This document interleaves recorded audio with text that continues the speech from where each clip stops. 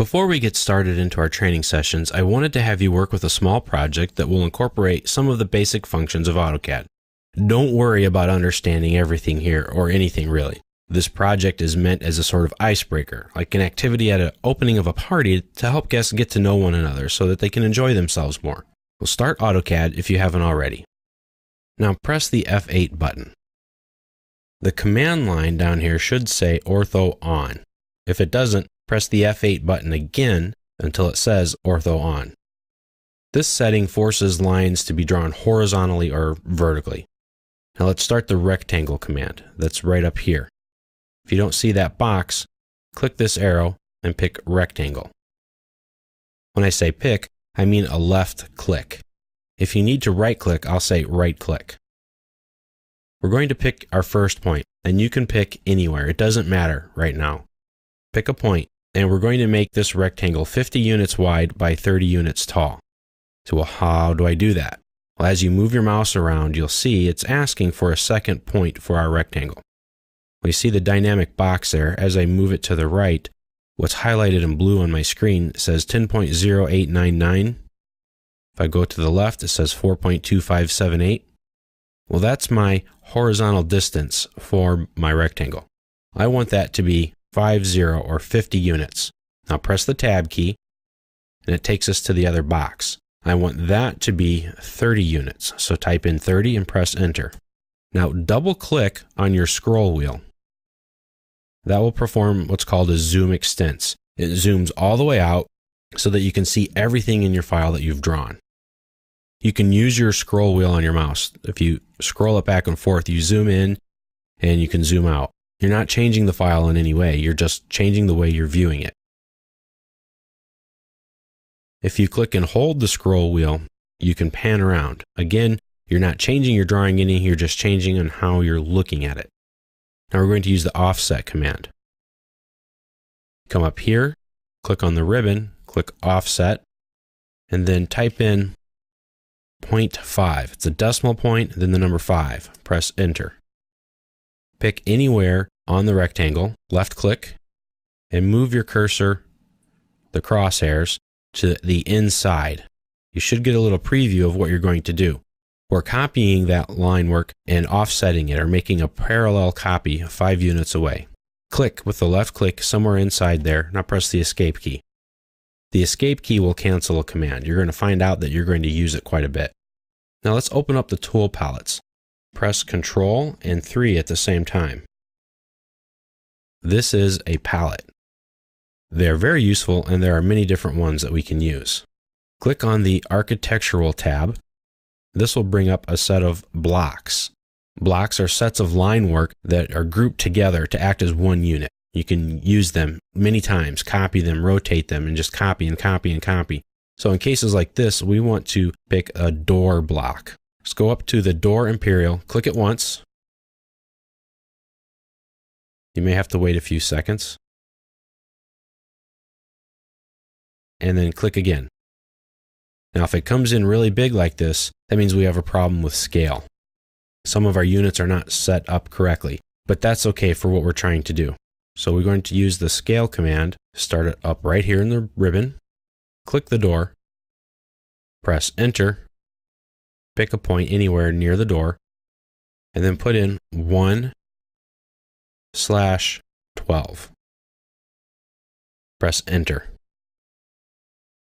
Now the problem is the drawing we're using here was set to feet, and the block for the door was set to inches, and so AutoCAD automatically scaled it. It's our fault, not AutoCAD's. That's okay. Now we're going to move this door. We're going to put it somewhere on the wall. Type in the letter M for move. Now you can see that the command is right up here. You can use that command, or you can type commands in on the keyboard across the command line. Either way works fine. Press enter, and then pick the door. You can just pick it with your mouse. If you miss and you get a little window that looks like this thing, that's okay.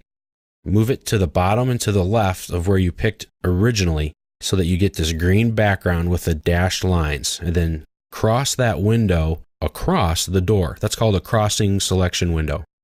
Click again. So you've picked it. Press enter. Type in these letters, E and D. This is for an endpoint snap. Press enter. This will grab an endpoint of an object. And that's what we want to do. We want to grab the endpoint of this line for the door.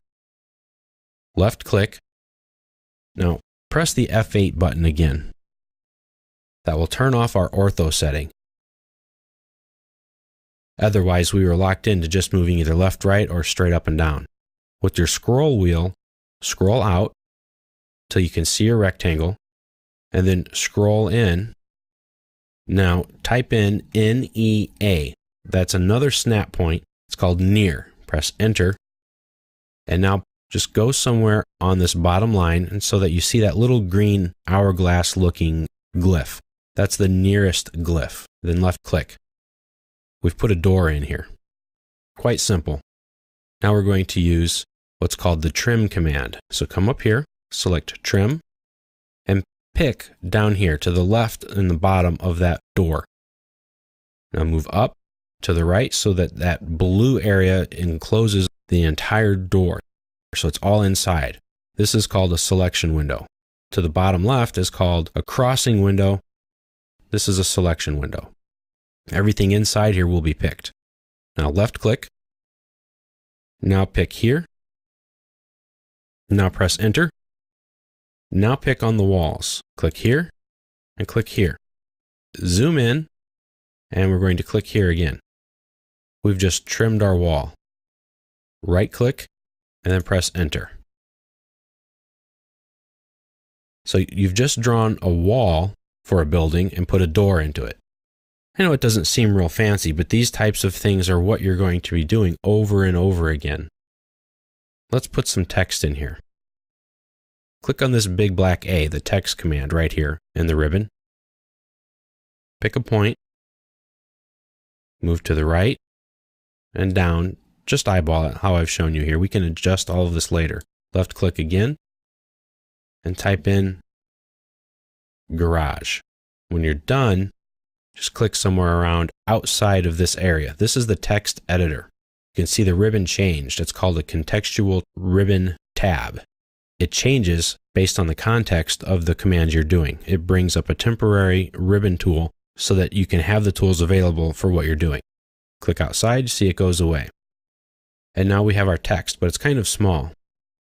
Select it again. Just pick somewhere arbitrarily up here, cross across the bottom. Pick again. We've selected that. Hit the scale button. Zoom in. Click right below it. And now drag your mouse up until you can see it. We're making things bigger with the scale command. There you go.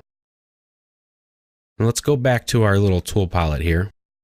Click on the Vehicles Imperial. Pick in here again. And we're going to use that scale trick again. Use the scale command. Pick what looks like part of this car. Press enter. Pick a point down here. Left click it. And then type in again 1 divided by 12. Enter. We just put in a car. Select the car. Now you see, if you zoom in, this blue box and this blue triangle. Click the blue triangle and let's go with the sports car top.